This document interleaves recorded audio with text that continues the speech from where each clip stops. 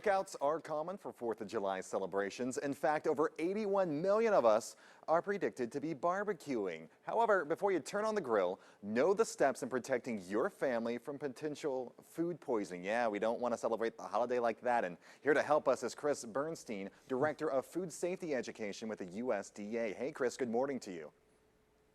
Good morning. How are you today? Doing well, because we got to know about this. July 4th, a huge time for get-togethers. How big of a threat can this be at our cookout if we don't really take these safety precautions?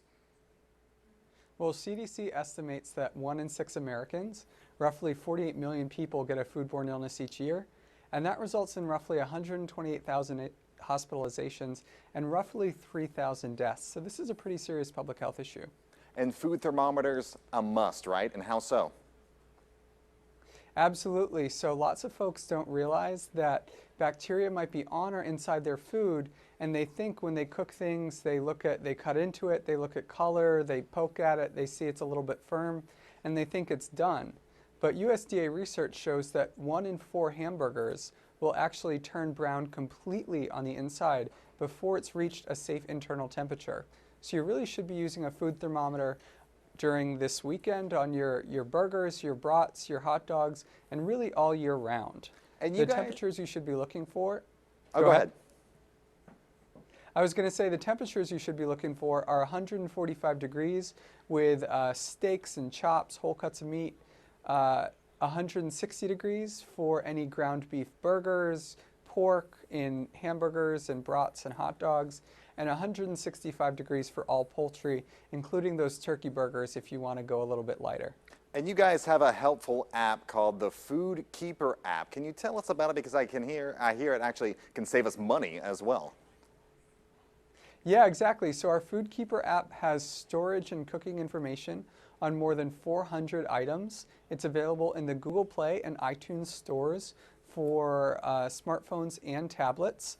It'll help you cook better, but it'll also help you understand how long items are good in your freezer and in your pantry, so it should save you a little bit of money there. And what are some 4 basics, I believe there's 4 of them, basic steps that everyone should practice when it comes to cookouts?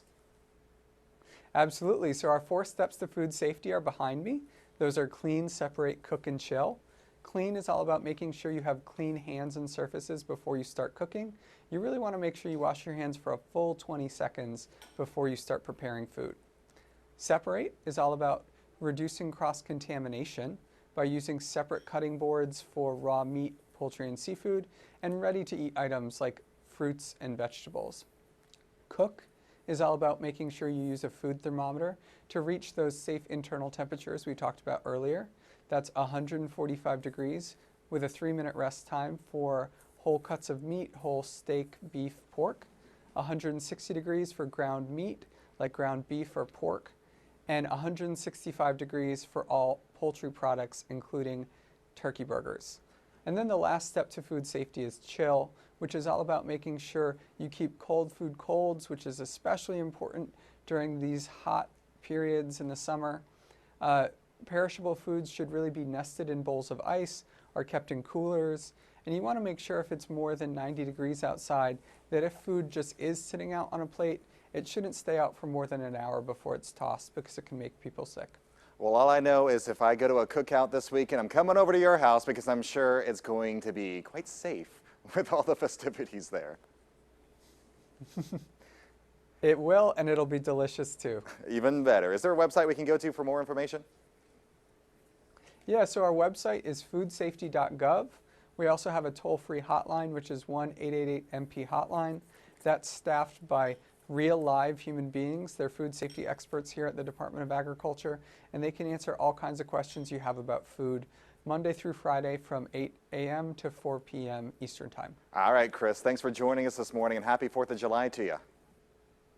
Happy 4th to you as well. Make sure your 4th of July festivities go off without a hitch. To help better prepare your cookout, just head to the website right there on your screen.